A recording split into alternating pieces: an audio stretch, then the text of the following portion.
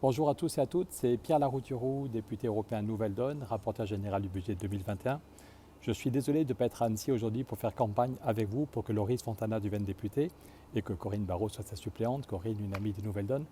J'aurais bien aimé être avec vous pour faire campagne parce que ces élections législatives sont vraiment très importantes. Notre pays ne va pas bien. Il y a aujourd'hui, on est le 2 juin 2022, il y a 120 hôpitaux où les urgences ne fonctionnent pas normalement parce qu'on n'a pas mis assez d'argent, parce qu'il n'y a pas assez de médecins, il n'y a pas assez d'infirmiers et d'infirmières, d'aides-soignants. Dans l'éducation nationale, je voyais cette semaine que rien que dans l'Académie de Versailles, il manque 2000, il y a 2000 postes vacants et on embauche des gens pour boucher les trous qui n'ont pas les compétences, qui n'ont pas la formation pour être vraiment professeurs. Nos services publics vont très mal, ça fait 20 ans qu'on est dans la même logique, faire mieux avec moins, il y a besoin d'un changement de politique. Et si on laisse tous les pouvoirs à Emmanuel Macron, à Bruno Le Maire, ça va continuer comme ça pendant 5 ans.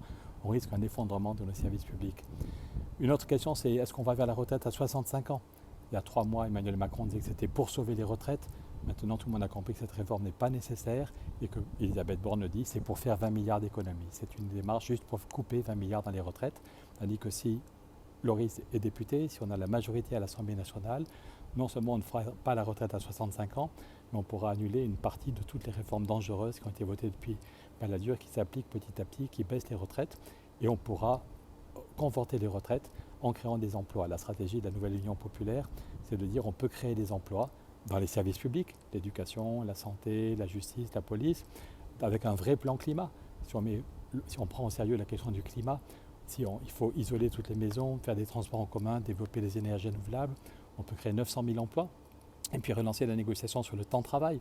Avant-hier, j'étais à Bruxelles avec Pedro Sanchez, le Premier ministre espagnol, qui a mis un paquet d'argent sur la table pour expérimenter la semaine de 4 jours, une semaine de 4 jours sans baisse de salaire et avec des aides pour les entreprises si elles créent des emplois. On estime en France qu'on pourrait créer 1 600 000 emplois. 1 600 000 emplois si tout le monde passe à 4 jours.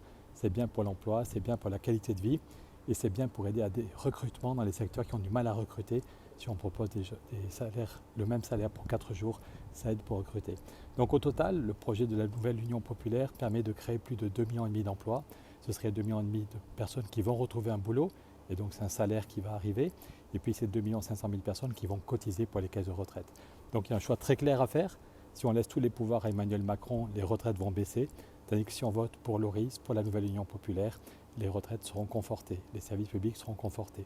Sur la question du climat, il fait très chaud ici comme ailleurs. Il y a 20 départements en France où on est en état de sécheresse. Et on n'est que le début juin, qu'est-ce que ce sera au mois d'août.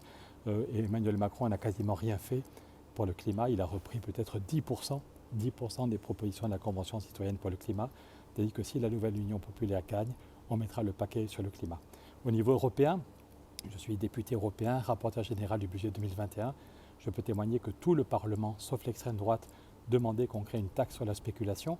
Une petite taxe, 0,1%, mais qui donnerait chaque année 60 milliards d'euros, de l'argent pour le climat, pour aider les gens à isoler leur maison, pour la santé, pour les politiques de justice sociale. Et c'est Emmanuel Macron qui bloque. Angela Merkel était d'accord, Mario Draghi l'italien était d'accord, Pedro Sanchez l'espagnol était d'accord. On a même été reçu par le pape François qui soutenait l'idée d'une taxe sur la spéculation. Mais Bruno Le Maire ne veut surtout pas gêner ses amis banquiers. Donc pour plein de raisons, il faut...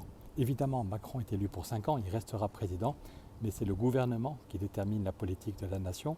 Il y a déjà eu 3 cohabitations en France, c'est tout à fait possible d'avoir une équipe à l'Assemblée nationale et à Matignon qui n'est pas la même qu'à l'Élysée. Et ceux qui décident de la politique concrète, c'est ceux qui sont à l'Assemblée nationale et à Matignon. Donc le 12 juin, il faut aller voter. Tout le monde le dit, si tous ceux et celles qui sont allés au premier tour de la présidentielle, si tous ceux qui avaient voté pour la gauche et les écolos au premier tour de la présidentielle vont voter le 12 juin, et Annecy c'est pour Loris, eh bien on peut gagner et on peut changer l'avenir de ce pays. On peut changer notre vie quotidienne et notre avenir. Donc le 12 et le 19 juin, on va voter.